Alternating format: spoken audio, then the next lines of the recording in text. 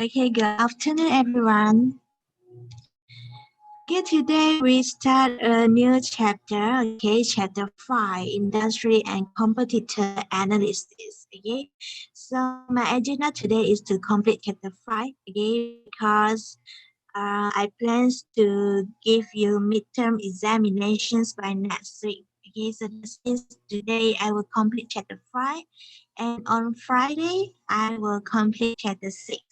And next week you're going to have your midterm examinations. Okay, my planning for your midterm examination is next Friday. Okay, next Friday. Next Friday, I will cover chapter 1 until chapter 5. Okay. No, sorry. Chapter 1 until chapter 6. Okay. Next Friday is your midterm examinations. Okay, so let's start chapter 5. Chapter 5 is about the industry and competitor analysis. So for this chapter, the learning objective. Here are the learning objectives for chapter 5. First, we're going to expand the purpose of an industry analysis. Then, we're going to identify and discuss the 5 competitive forces that determines the industry profitability. We also going to explain the value that entrepreneurial firms create. Okay. Create by successfully using the 5 force model. Okay, identify the 5 primary industry types and the opportunity they offer, and explains the purpose of a competitor analysis and a competitor analysis grid. And for your informations, okay, chapter 5 will be covered in your final examinations as well. Okay, I get this information from the lead lecturer from UCSI, and she says she will cover chapter 5 in your final examinations or in your final assignment letter. Okay? So you need to pay attention to chapter 5 because this chapter is quite important. Okay, first, industry analysis. What is industry analysis? What is industry first?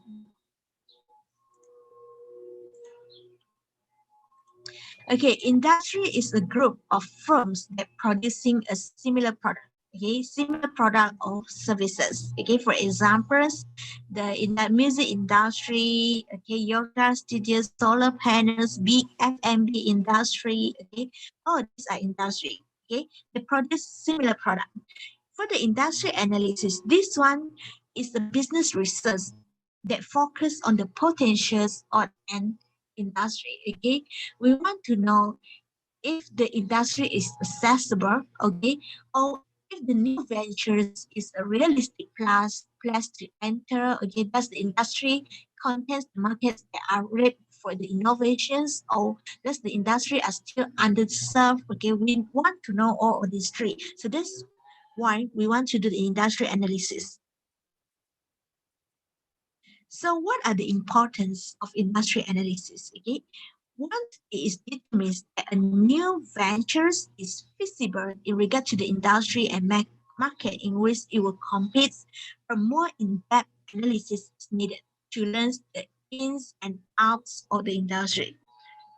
So this industry analysis, it will help firms determine if the target market is identified during the feasibility analysis that you learn in chapter 4 is favorable for a new firms or not. Okay, that's the purpose of the industry analysis. So when you do the industry analysis, you need to ask yourself these 3 questions. Okay, the entrepreneur must answer 3 questions before you pursue the idea of starting a firm. Okay, so what are the 3 questions? First, is the industry accessible? Okay, in other words, is it a realistic place for a new ventures to enter? Second question, does the industry contains markets that are ripe for innovations, or does the industry are still underserved? Okay, and third question is that are there positions in the industry that will avoid some of the negative attributes of the industry as a whole? Okay, these 3 questions. So it's very useful, okay, for a new venture, for a new business to think about its positions, okay, at both the company levels and also the products and the service levels.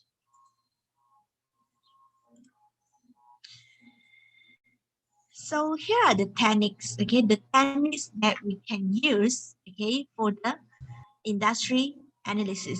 Technique available to assess industry attractiveness, okay. In order to assessing the industry attractiveness, okay, we can study the environment factors and also the business trends. And then the other one is the five competitive forces model. Okay, this five competitive forces model. Okay, you need to pay attention to this one. Okay, this one is very famous. Okay, and this five competitive forces model is also one of the main topic in this chapter. Okay, this is the main topic in this chapter. Five competitive forces model. So we look at the first technique, study environmentals and business trends. Okay, this is the first technique that entrepreneurs has available to discuss the attractiveness of industry is we need to study the industry trends. Okay, we need to study the industry trends. And there are two types of trends in the industry. First is the environmental trends, and second is the business trends. Okay, what does it means by the environmental trends? Environmental trends, okay, is about the strength of an industry. Okay,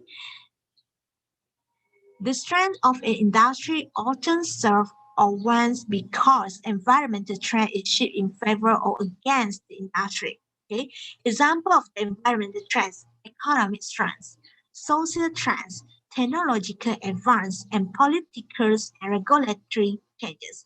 For example, here, company in industry selling product to senior such as the hearing aid industry, benefit from the social trends of the aging of the populations. Okay, so here the aging of the population is the opportunity here. Okay, this is the opportunity. So the graph, the opportunities of these trends. Okay, by coming out with some new innovations. Okay, the new innovation is that they are selling the product. Okay, they are very useful to this category of the target markets. And then another trends, for example, social trends. Social trends nowadays, okay, people like to use the social networks. For example, the Facebooks, the Instagrams, the Twitters, TikTok, right? All of these social trends, okay. People also like to use YouTube, right? So for the environmental trend, for the social trend, for example, if you want to do any marketing, okay, you will do the marketings, okay, you will advertise the product or services through all of the social platform, okay, social network platform. Because today's environment trends is people love to use the social media, okay, so advertise your product or services at the social media platform, okay. That's the second examples. Okay, the next type of trends is the business trends. Okay, other trends affect industry that are not environmental trends. Okay, perceived but are part of the core nature of an industry. For example, the firm in some industry that benefit from an increasing ability to outsource manufacturing or service functions to lower cost foreign labor markets, while firms in other industry that don't share this advantage. Okay, because we know that when we hire the foreign labor markets, it can lower the cost. Okay, it can lower the operations cost. In similar fashions, okay, let's say the firm is in some industry, they are able to move the customer procurements and service functions online, okay, at considerable cost saving, while the firms in other industry are not able to capture this advantage. So this trend, it can give some favor, okay, for some of the industry over others. This means they have some specialties, okay, they have some extra advantages if compared to the other industry. For example, it's today's, okay, today's, for example, if we want to buy some fashion thing, okay, we want to buy clothes, okay, The trend today is we can buy it online, right? We can buy it online. So this is one of the business trends, online shopping, okay? Online shopping.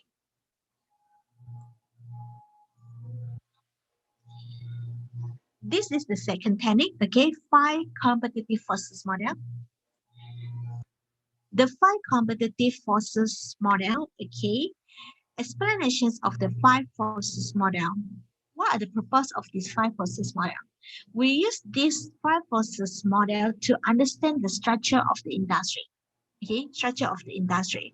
Why we call this 5 forces model as Porter model? Okay, the second name of this forces model is Porter model because it's developed by one professor and his name is the Professor Michael Porter.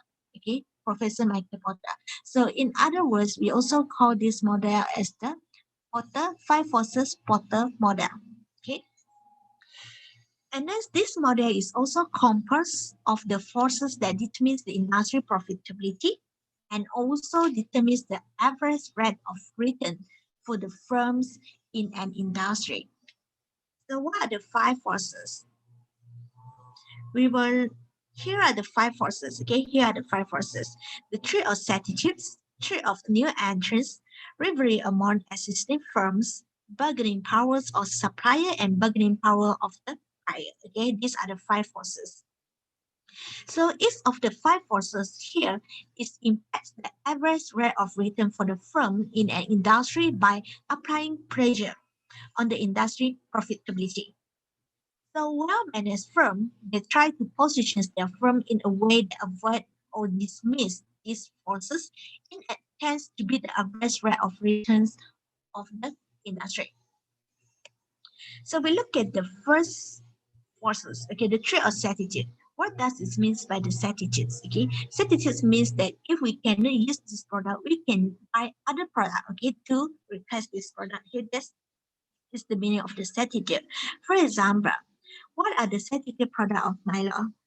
If you cannot buy Milo, for example, if you go to the supermarket, okay, the Milo is all out of stock in the supermarkets. So what are the certificate product of Milo? Maybe you can buy coffee, right? You can buy tea, right? Okay, so this is the meaning of the trade or certitude. We give another example of the closest certitude, Pepsi and Cola. Okay, if you go to supermarket, okay, Pepsi out of stock, you can buy cola, right? Okay, so the price that consumers are willing to pay for a product depends in part of the availability of the certificate product. For example, there are few, if any, certificate for prescription medicines, okay, which is one of the reasons the pharmaceutical industry is very profitable. In contrast, when the cost certificate for a product exists, industry profitability is suppressed because consumer will opt out if the price gets too high. Okay? Another example, for the industry that don't have any certificates, okay, the ones that are in the monopoly industry. For example, electricity. Okay? Electricity, we don't have any certificate for electricity. Okay, that's why is is one of the reasons why the electricity okay is very profitable. In contrast, okay, the ones that have the cost certificates for a product exist. For example,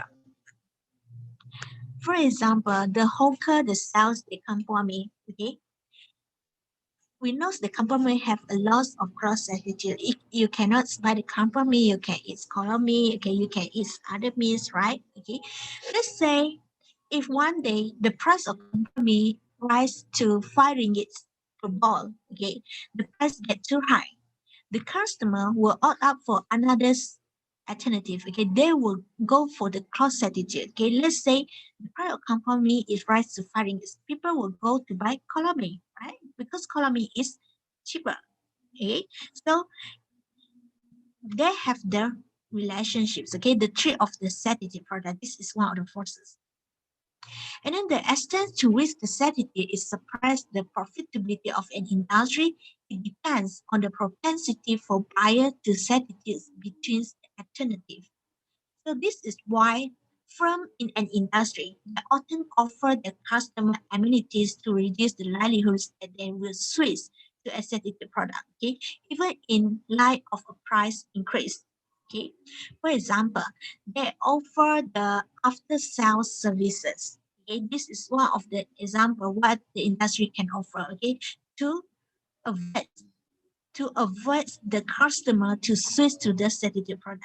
They can offer the sales after service. They can reduce the price a little bit. Okay, a lot of a price. Okay, they can reduce the price, or they can give the free gift. Okay, for their products. Okay, there's a lot of way that firms can use. And the second force is the threats of new entrants. Threats of new entrants. If the firms in an industry are highly profitable, the industry becomes a menace to new entrants. Okay, we can see that if in the F&B industry, okay, F&B industry, for example, the multi shops, okay, multi shops, we can see there's a lot of new entrants, okay, there's a lot of new businesses, okay, that selling the same product in the F&B industry. Why? Because this product is highly profitable, okay, because it's highly profitable, it attracts the businessmen, it attracts the entrepreneurs, okay, to comes out with a new businesses selling this product. Of course, they will add on a little bit innovations in the product. Okay, so unless something is done to stop this, the competitions in the industry will increase, and the average industry profitability will decline. Okay, because there are lots of competitions. So firms in an industry that try to keep the number of new entrants low by erecting barrier to entry. Okay, barrier to entry is a condition that creates a disincentive for a new firms to enter an industry. Okay, a way that the make it hard for a new business to enter the industry. So here are the barrier to industry. Okay, the major source of barrier to industry. The first one, economics of scale. We know that the industry, okay, that are characterized by the large economy of scale are difficult for the new firms to enter, okay, unless they are willing to accept a cost disadvantage. What does it mean by the economies of scale? Economies of scale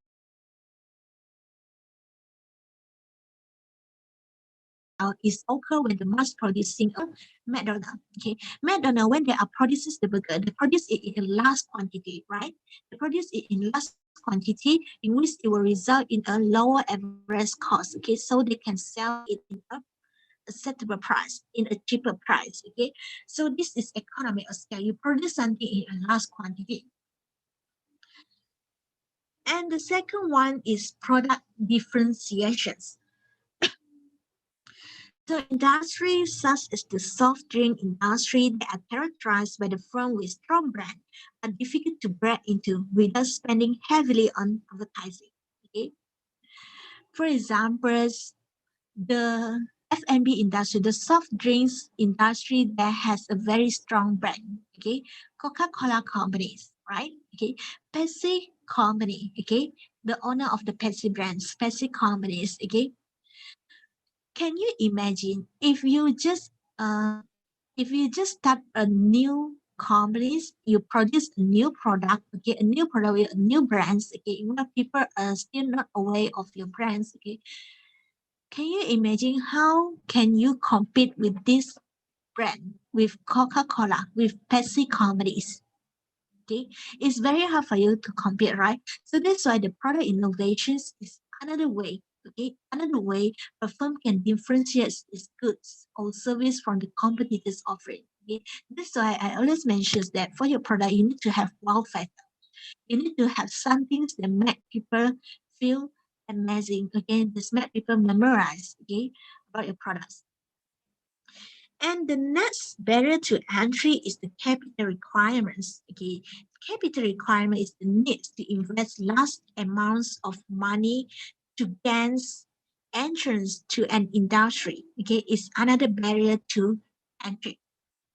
For examples of the industry that require a very large capitals is the automobile industry.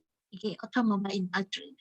So automobile industry able to overcome this barrier and raise substantial funds, okay, by winning the confidence of the investor through its expertise and innovations, okay, in the technologies, okay. So the industry that has large capitals, okay, is can lower the entries of the new businesses. And then in contrast, for the business that have low capital requirements, okay, for example, if you want to open a store and selling food, okay, the capital is small, right? Okay, the barrier of entry is very low, okay, in where people can start anytime, okay, people can invest anytime, people can start anytime, okay, the businesses, because the businesses only require a little capital. If we compare with the industry that have less capital, right, like the automobile industry, okay? And the next barrier to entry is the strength of the management team. Oh, this is non-traditional.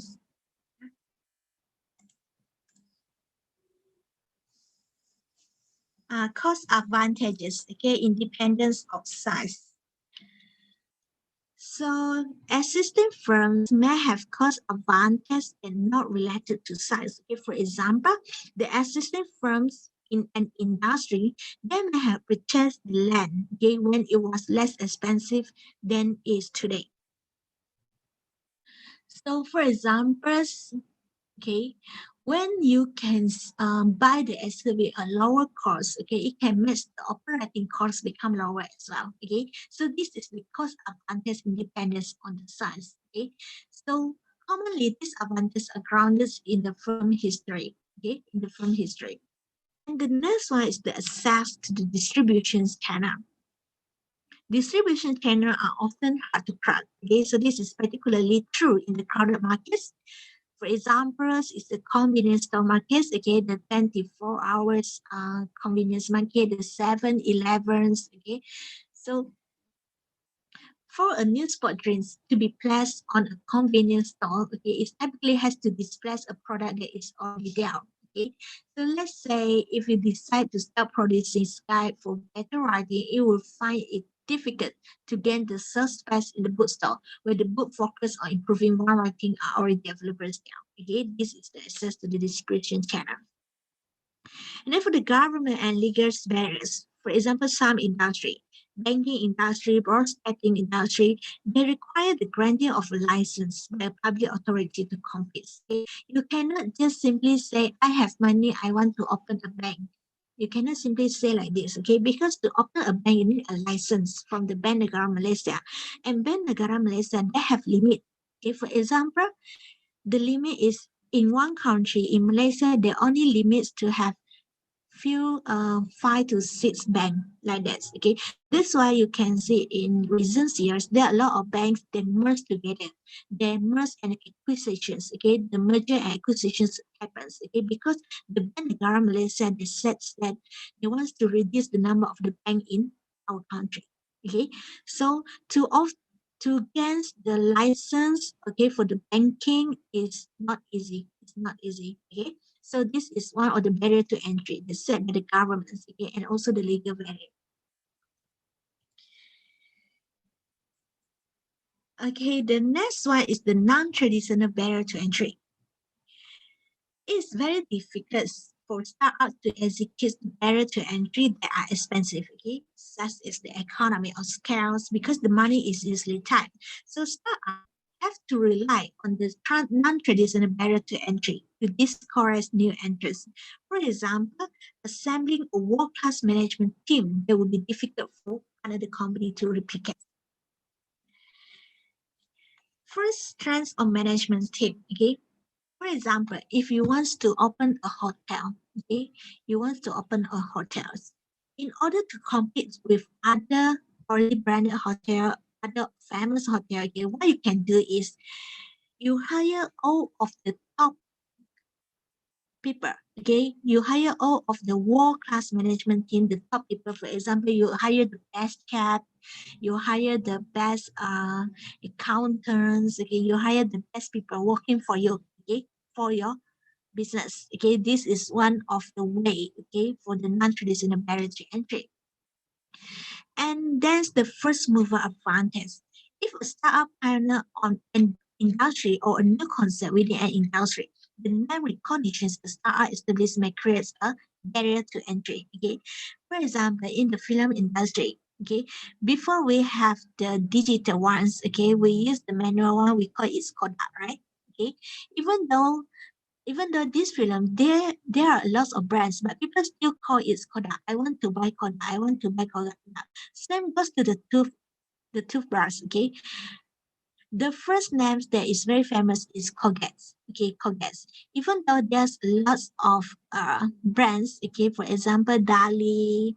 We have others than Colgate. We have Dali. What else? There's still lots, right? But people still call is the toothpaste as Colgate. I won't go to the supermarket and buy Colgate. Even though at the end, these people they will come back and up buying Dali, but they still call it Colgate. Okay, so this is the first mover advantage. Okay, the name recognitions, the startup established. Okay, it can create a barrier to entries. And the patience of the management teams and employee.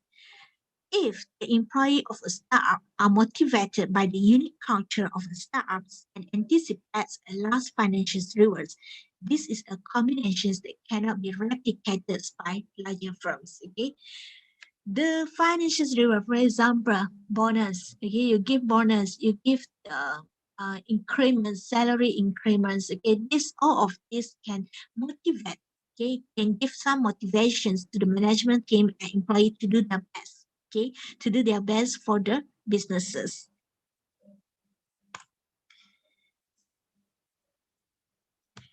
Okay, the next forces is the rivalry amongst existing firms. Okay, this is amongst the competitors. So in most industry, the major determinants of industry profitability is the level of competitions among existing firms. In some industry, they are fiercely competitive to the point where the prices are put below the level of cost and industry-wide loss occur. In other industry, competition is much less intense, okay, and the price competition is still. And here are the factors that determines the intensity of delivery among existing firms. Okay, first factors, the number and balance of competitors. So the more competitors there are, the more likely is that one or more will try to gain the customer by cutting a price. Okay, for example, in the gold's mill, okay, in the gold's mill, we can see that, okay, if you go to the gold's mill shops, okay, you can see that although they put the price at the same for every shop, but then they will tell you, okay, I can give you discount. For example, 250 grams, okay, per grams. Okay, if you want to buy from me, I will give you 250 per gram. I can give you this discount about this much, that much. Okay, so this is what they try to do in order to gain the customer. Okay, they try to cut the price. And the second factor is the degree of the difference between products. The degree to which product differ from one producer to another, it affects the industry rivalry. Okay, for examples, in the commodity industry, okay, for example, the paper product producer, they tend to compete on price because there is no meaningful difference between one manufacturer's product and another. Okay, it's look the same, okay, the paper. And the third factor is the growth rates of an industry. The competition among firms is a slow growth industry is stronger than among those in the fast growth industry. Okay, example of the industry in the slow growth. Okay, insurance industry. Okay, insurance industry they must fight for the market share. They which may attempt them to lower the prices or increase the quality to obtain the customer. An example of the fast growth industry, ebook, okay, ebook publishings. There are enough customers to satisfy most firm production capacity, while making the price cutting is less likely. Then the next factor is the level of the fixed cost. The firms that have high fixed costs, okay, they must sell a higher volume of their product to reach the break-even points than the firm with low fixed costs. Do you know what is fixed cost? Okay, fixed cost is the cost that you pay the same amounts every month. Okay, for example, of the fiscal or the businesses, the rental, okay, rental payments. Every month you pay the same rental, right? And then the salary of the permanent staff, okay? Every month you pay the same amount, right? So this is the fixed cost, okay? If you have a very high fixed cost, you need to produce higher volume, okay? So I will stop here, okay, because we have less than 1 minute time. So we take 15 minutes break, okay? At 2 p.m., you join in again using the same Zoom link. Then we will continue with the next slide. 15 minutes break.